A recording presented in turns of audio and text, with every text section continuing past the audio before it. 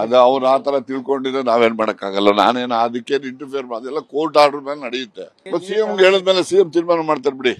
ಅವ್ರಿಗೆಲ್ಲ ತಪ್ಪು ತಿಳುವಳಿಕೆ ಅಷ್ಟೇ, ತಪ್ಪು ತಿಳುವಳಿಕೆ. ನನಗೆ ಅದ್ರ ಬಗ್ಗೆ ಮಾಹಿತಿನೂ ಪೂರ್ಣವಾಗಿಲ್ಲ, ಯಾಕೆಂದ್ರೆ ಅದು ಕೋರ್ಟ್ ಅಲ್ಲಿ ಡಿಸ್ಪ್ಯೂಟ್ ಇತ್ತು. ಕೋರ್ಟ್ ಆರ್ಡರ್ ಏನೋ ಆಗಿದಾವೆ. ಕೋರ್ಟ್ ಆರ್ಡರ್ ಪ್ರಕಾರ ಏನಿದೆ ಮಾಡ್ಕೊಳ್ತಾರೆ. ಅದಕ್ಕೆ ಕೋರ್ಟ್ ಆರ್ಡರ್ಗೆ ಯಾರು ವಿರುದ್ಧ ಹೋಗೋಕ್ಕೂ ಆಗೋದಿಲ್ಲ.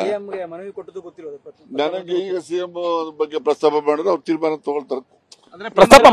ಕೇಳ್ರಿ, ಇಲ್ಲಿ ಕೋರ್ಟ್ ಆರ್ಡರ್ ಇದ್ರೆ ಸಿಎಂ ತಾನೇ ಏನ್ ಮಾಡ್ಬೇಡ, ಕೋರ್ಟ್ ಆರ್ಡರ್ ಇಂಪ್ಲಿಮೆಂಟ್ ಮಾಡ್ಬೇಡ ಅಂತ ಹೇಳ್ತಾರ? ನಾನ್ ತಾನೇ ಹೇಳಕ್ ಆಗ್ತದ? ಕೋರ್ಟ್ ಆರ್ಡರ್ ಯಾವುದೇ ಅಧಿಕಾರಿ ಇರ್ಲಿ, ಕೋರ್ಟ್ ಆರ್ಡರ್ ಪ್ರಕಾರ ಮಾಡ್ತಾರೆ. ಅದರಲ್ಲಿ ನಮ್ದೇನು ಇಂಟರ್ಫಿಯರೆನ್ಸ್ ಇಲ್ಲ. ಹೇಳಿ ಬಿಡಿ, ಯಾರು ಬೇಡ ಅಂದರು? 2028ಕ್ಕೆ ಡಿಕೆ ಸರ್ಕಾರದ ಬರ್ಲಿ, ಡಿಕೆ ಪ್ರೈಮ್ ಮಿನಿಸ್ಟರ್ ಆಗ್ಲಿ, ಯಾರು ಬೇಡ ಅಂತಾರೆ?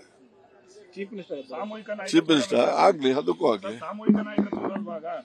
ಎಲ್ಲ ಇರ್ತದೆ ನೋಡ್ರಿ. ಯಾವುದೇ ನಾಯಕತ್ವ ಇದ್ರೂ ಕೂಡ ಅಂತಿಮ ನಿರ್ಣಯ ತಗೊಳ್ಳೋರು ಹೈಕಮಾಂಡ್ನವರು, ಗೊತ್ತಾಯ್ತಾ? ಪಕ್ಷ ಮೆಜಾರಿಟಿ ತರೋದು, ಅಧಿಕಾರಕ್ಕೆ ಬರುವಂತ ಸಂಖ್ಯೆ ತರೋದು ಸಾಮೂಹಿಕ ನಾಯಕತ್ವದ ಹೊಣೆ. ಅಂತಿಮವಾಗಿ ನಿರ್ಣಯ ತಗೊಳ್ಳೋರು ಹೈಕಮಾಂಡ್ನವರು. ನ್ಯೂಸ್ ಫಸ್ಟ್, ನಿರ್ಭೀತಿಯಿಂದ ನಿಮ್ಮ ಪರವಾಗಿ.